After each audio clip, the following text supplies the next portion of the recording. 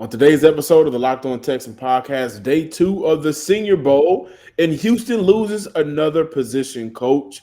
What does that say about the state of the franchise? But first, start the countdown.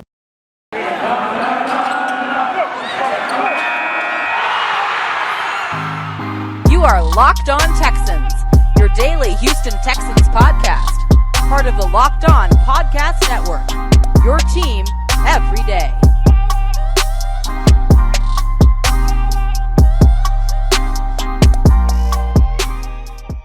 Welcome in, everybody, to a Thursday edition of the Locked On Texan podcast, part of the Locked On Podcast Network, your team every day. This episode is brought to you by Get Upside. Just download the free Get Upside app in the App Store and use promo code TOUCHDOWN to get 25 cents per gallon or more cash back on your first tank of gas. I'm John, some sports guy Hickman. Of course, I'm joined by none other than Cody Davis.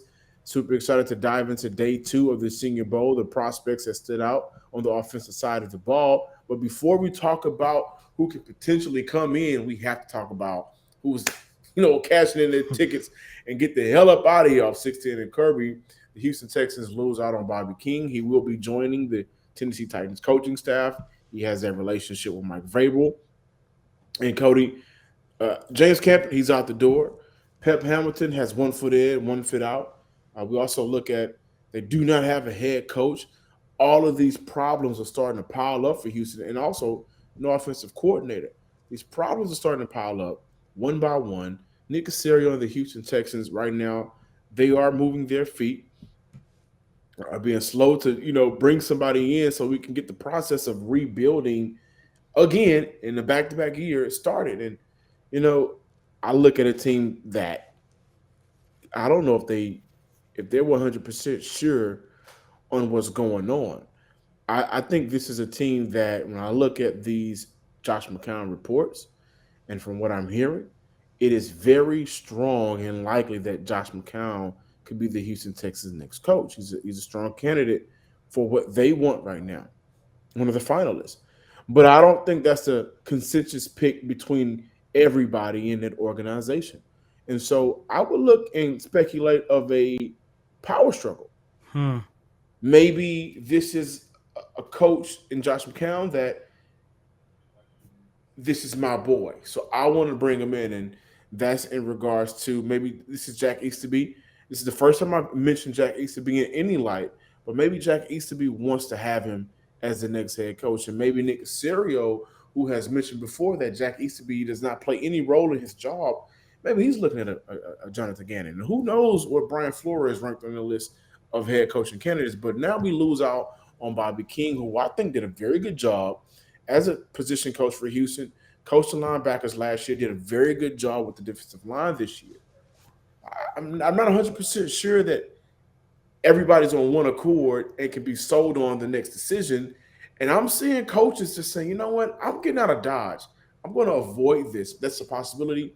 Or maybe the new head coach has already had an agreement that I'm going to pick who I want to come in and coach these positions. And I think that is what we're seeing here.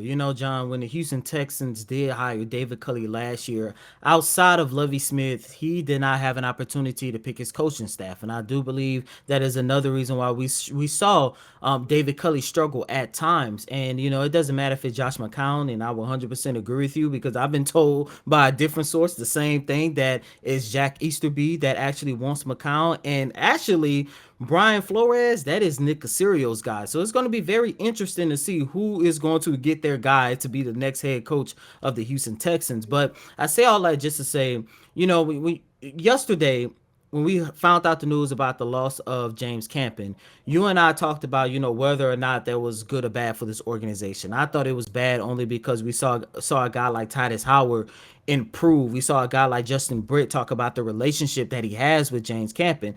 And John and some of the listeners out there, you guys picked the latter. But I think there's one thing we cannot deny, and that is how much Bobby King has meant to this organization ever since he got here in 2017 as the linebacker coach. And look, John, if I could just run down the list, ever since he came into this organization, we have seen players, kind of reach their potential under King. You take a look at Zach Cunningham, Bernard McKinney, who was in his third year, but he finally started to peak when Bobby King got here in 2017. And of course, the following year in 2018, he had his first and only Pro Bowl nod. Tyrell Adams from last year, the linebacker, the guy who ended the season with 125 tackles on the year, second only behind Zach Cunningham. That is another guy that we saw flourish under Bobby King. When he made that transition to defensive line, we saw guys like Jacob Martin, John Grenard, Ross Blacklock. John, remember going into the season, you and I talked about how important it was for Ross Blacklock to start finding his footing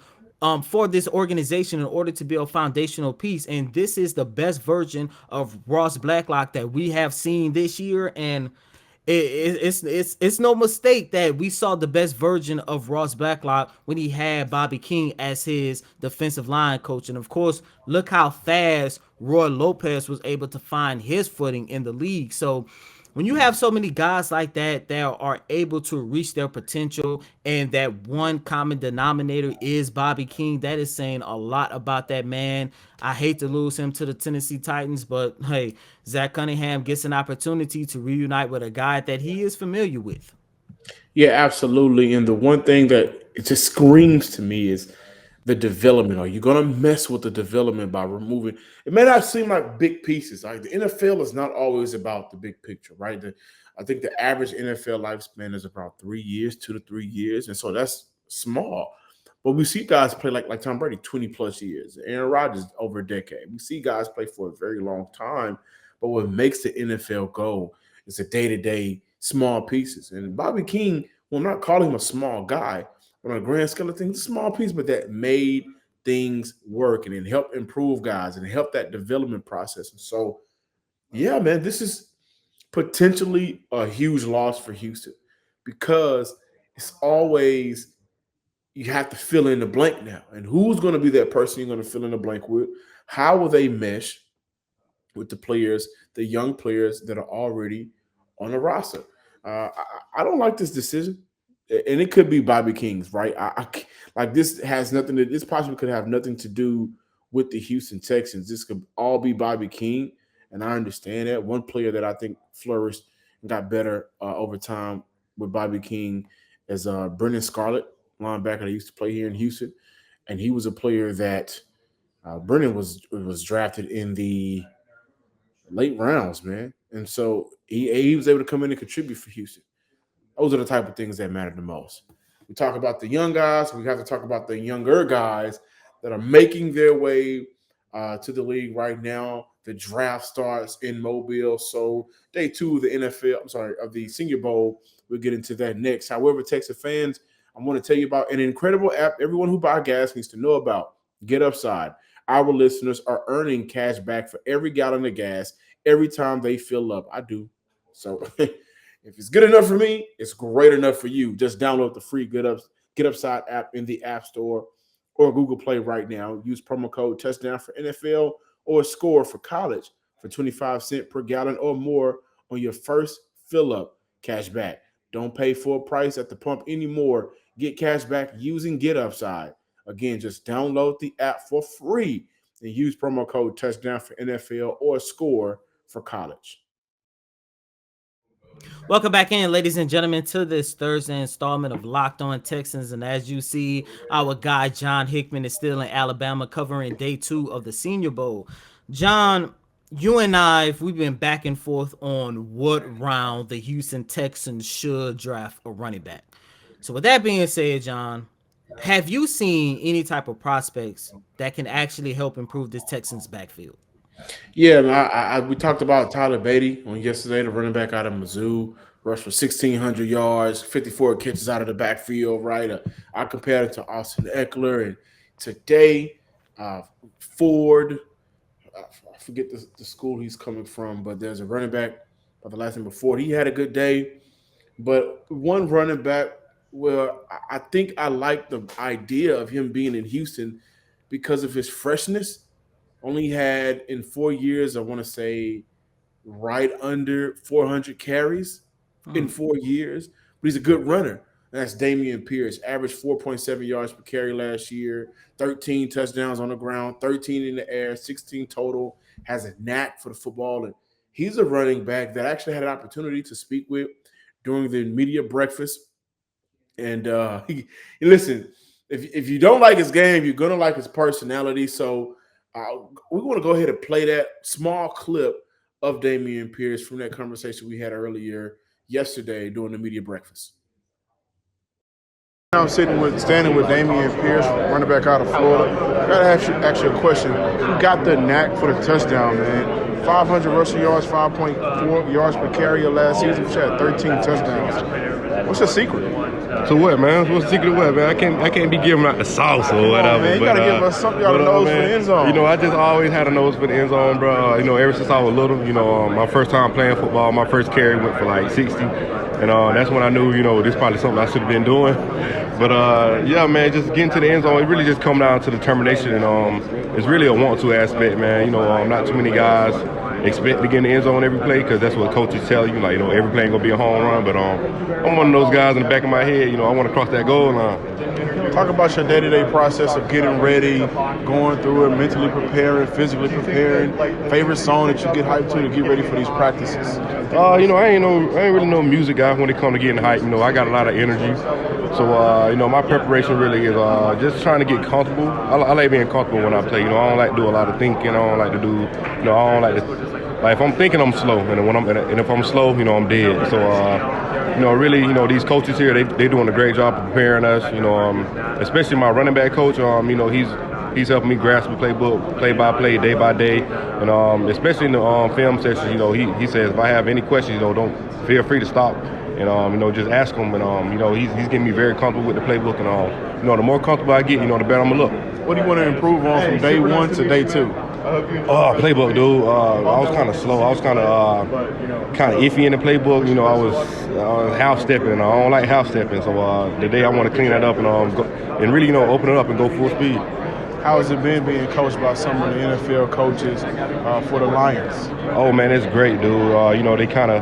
They kind of give you an in-depth look at the personality of the NFL coaches, and some of the terminology they use is very different in college. But I'm glad I'm getting that a week early. I'm just getting this full week of just getting terminology down, how they expect you to do things, the type of player they want you to be, and etc. How are you in the locker room with your teammates? I mean, you have fun personality, so I know it's infectious. Man, I'm DP on and off the field, man. Yeah. I like that. Thank you. Oh, yeah, for sure, man. Before I even talk about Damien Pierce, is one aspect that you and I hadn't had opportunity, and I want to make sure that I relay this over to the listeners, is these players, man, and I'll talk to a few of them, they are really soaking in what they're getting from these coaching staffs. All right, they're coming from college, and now they have the opportunity to, be around NFL coaches for the last week. And Damien Pierce being one of those players that, mentioned how important it is. His coach has been, if you need any questions, ask me. All right, let's get into this playbook. Let's learn. Let's see how it can work out. And he's with the Jets coaching staff, so they've been very helpful for these young men. But when I talk about Damien Pierce, he's a player that in college at Florida, one leg and plant type of player. And you guys may remember a player here in Houston that wore jersey number 3 in Aaron Foster, but one leg move, one cut move, and he's getting to the next level, has a very good jump cut, fresh legs, as I mentioned, did not receive a lot of carries during his time in Florida. Very stocky, strong running back. What I wanted to see from him was a better day, right? Day one did not look as explosive as I think he liked for himself to look. Did not look as day one ready to come out and say, hey, I'm here, and I know other backs are here, but I'm going to prove why teams should scout me, right? But I think today was much better. There was improvements on day 2. The passing catching ability needs to be better, but his natural running style and trait was on full display. And I'm only looking at players, at least I'm only speaking about players that I think Houston can use. Now, the good thing about Damien Pierce is he matches what the picks Houston have. A first rounder, a second rounder, 2/3, and a 4th and 5th, right? Is he a player that Houston can start searching for between the 3rd and the 4th round? Maybe. I think before Houston drafts a running back, they need to make sure they address their interior offensive line. And I do have an interview with Zion Johnson. I can't wait to get that over to you guys for tomorrow. But Pierce had a better day on day two, and that's exactly what I wanted to see. And John, really quick before moving on, we start talking about other prospects. I do want to ask you about Charlie Kohler, the tight end from Iowa State. You actually had an opportunity to see him throughout the Senior Bowl. You text me. You seem really excited about that guy. He is coming off his senior year where he recorded 756 yards on 62 catches. I want to ask you this question: what will make Charlie a promising prospect to you when you start talking about the Houston Texans, especially considering that they already have a promising prospect in Brevin Jordan that they just drafted this year? Well, he was one of the more consistent tight ends in day one and in day two, but throughout the first 2 days, and he's the most complete in my opinion. What stood out the most was definitely his ability to block. Great hand placement. It seems like once he got guys in that area that coaches teach you, if you get him here, you can kind of move him any way you want him to. Once he was able to do that, then I didn't see much fight on the other end, right? And so he has a nastiness to him, 6'6", 260-pound physical guy with great and quick feet. Loved his game on day two, which included a couple of nice catches, and had a knack for finding and sitting in those zones, making it easier for his quarterback. And if he had to kind of move around to follow the quarterback's eyes, he was able to do that as well. Farrell Brown and Jordan Akins, I don't think should return back to Houston. They won't. Right. And so Nick knows how effective a two tight end, 12 personnel can be. We go back to those days when the New England Patriot offense took another level in the early 2010s, right? We look at the combo between Aaron Hernandez and Gronkowski and what that did for Tom Brady. So he knows how important that can be, especially considering if you can get a guy like a Kohler who can not only be effective in the pass game, but more so across that front five. He can be an extra blocker, a downhill blocker when you need him to. That's a plus. So Kohler was my day two player that stood out. BetOnline has you covered this season with more props, odds, and lines than ever before as football continues its march through the playoffs right to the big game in a couple of weeks. BetOnline.net remains the best spot for all of your sports podcasts, scores, and news this season.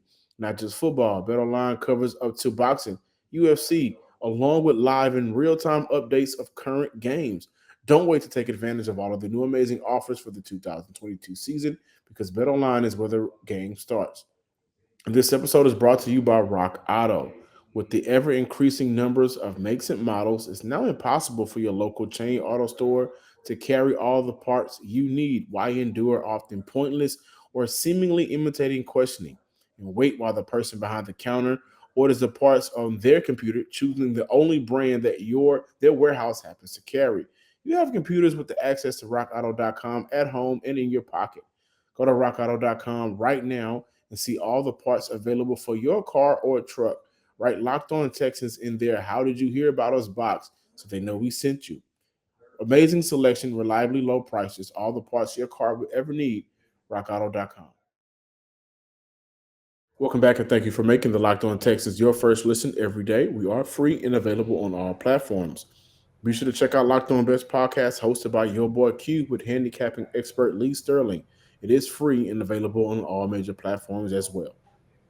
And before we close out this Thursday installment of Locked On Texans, some news kind of like just got thrown at us at the time of this recording. According to Aaron Wilson, a friend of the show, you guys know him, Kevin O'Connell has now emerged as the favorite to take over as the new head coach for the Minnesota Vikings. But the Houston Texans are still high on Jonathan Gannon. So as of right now, at the time of this recording on February 2nd at 7:08 p.m., the Houston Texans favorite are Josh McCown, Jonathan Gannon, and it's still Brian Flores, despite everything that he has going on off the field. But I would really quick, I would like go to ahead. say I had an opportunity to get with John Crumpler of the Texan Wire while being in Mobile, Alabama. Man, amazing guy. We had a lengthy conversation, and of course, what do you do with the third overall pick? How do you feel about David Culley? What are your thoughts on Nick Caserio? But the head coaching position, or vacancy rather, did come up, and he asked me who was my favorite. And I said, well, I don't necessarily have a favorite. I know who I don't want to be the next head coach. Then I thought about it, and I do like Jonathan Gannon.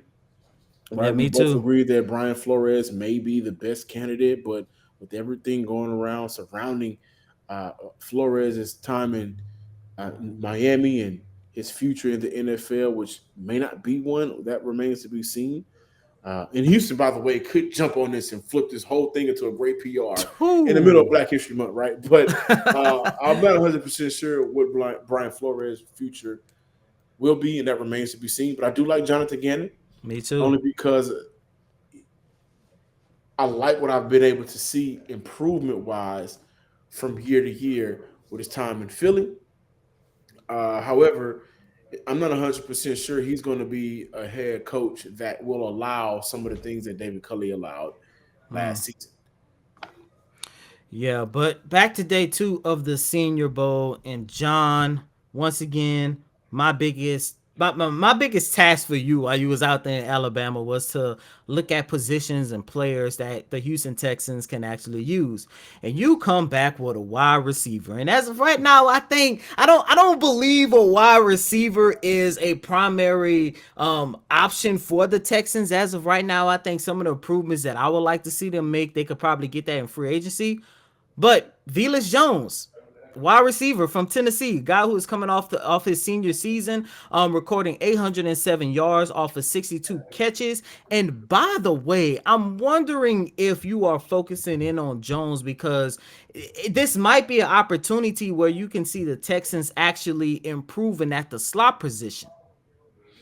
I think Velas. So what I was able to see all from Velas, based on what I saw today, he's a very good route runner, has good route control. Maybe the best release I saw on day 2 at the line, and I'm not kidding. Had a very good release on the line, off the line that I saw. His change of directions was good during the 1v1s. Caught a couple of plays, caught a couple of guys slipping, and made them commit the defensive passing interference because of how quick he can change directions. And so I'm looking at a player like a Velus Jones, who may sit at 6'2", maybe not your typical slot receiver, but if you get a Velus Jones, maybe you're able to kind of move Brandon Cooks around a little bit more and create matchup problems with Cooks in a slot. But the one thing that stood out to most was, and I look for these small details, is just how he was able to get off the line of scrimmage, beating man coverage, or how he was able to kind of flow through and beat zone coverage as well as a receiver. And so he's a guy that, by the way, for our stat lovers, our beyond the stat lovers, Jones was clocked second in the highest miles per hour for wide receivers at 21.75 on the day as well. So he has some speed to him as well when he gets the ball on a couple of occasions when he was able to create separation after the catch because he's got some speed to him at 6'2". And I think why he is maybe not a hotter name is because, well, Tennessee had a lot of lackluster quarterbacks, the Volunteers, during his time in college. And he was able to come back for that 5th year, right? And had a monster year last year. He's just a guy that it's something about his ability to beat that press coverage that stood out the most to me. And John, really quick, I do want to mention that he did record 436 yards on kickoff return. So it Yeah, seems like they could really use his speed. well, it took one back to the house this past season as well. So we talk about him as a wide receiver, but one thing about Houston is if you can come in and if you can contribute in other areas, they're going to find a way for you to contribute. And being a special teamer will be another way he'd be able to be effective on the field. And really quick, before closing out this latest installment of Locked On Texans, another wide receiver I want to ask you about, Trey Turner, a guy who recorded 675 yards with 40 catches for Virginia Tech. This is a guy a little bit bigger than Jones that we just finished talking about. He's coming in at 6'2". His body type is a little bit similar to Nico Collins. Do you think that is a guy that the Houston Texans can actually use in order, like you just mentioned, to move around Brandon Cooks? Because that what you just said was brought to my attention, because remember a couple of weeks ago we talked about the possibility of the Texans bringing in more bigger receivers. That way you could kind of utilize Brandon Cooks in the slot just a little bit more, which I think this offense will definitely be able to benefit from. Let me tell you something about Trey Turner. Trey Turner did not lose a 1v1. That's it. He didn't lose any 1 versus 1s. And just like talked about Jones, Turner has a great break coming out of his route at the top of the route, right? A very good release, a good stop control on his route as well. But he just didn't lose any 1 versus, right? And so I think Velus played a little bit better than him today. He was a day one, he was ran first team all throughout the day, but right after first team reps for Velus Jones, in comes Trey Turner with the second team, and he's putting in the amount of same work as well. So there are also receivers out here for Houston, man, and there's a kid from Rutgers that, oh man, we talk about running a route and being able to get open with just his feet alone. Bo Milton, he had a great day. A young man, number 18 from Rutgers University. He had a great day on day 2. Day 2 was a day that I wanted to sit and watch the receivers, and a couple of those guys really stood out where it would make sense for Houston to at least scout them out and see what they can do for them in the future. I'm Cody Davis, and this has been another installment of Locked On Texans. As always, please remember to follow us on Twitter at Locked On Texans, like us on Facebook, and as always, you can follow me on Twitter at CodyDavis_24. Once again, that's Cody, COTYDAVIS_24. I'm John Hickman. Follow me on Twitter at John_Hickman12. Make sure you follow us on YouTube. Subscribe like you guys have been doing until tomorrow, where we can bring you more Senior Bowl coverage. Stay wet. Stay dry. Stay safe. Stay Houston.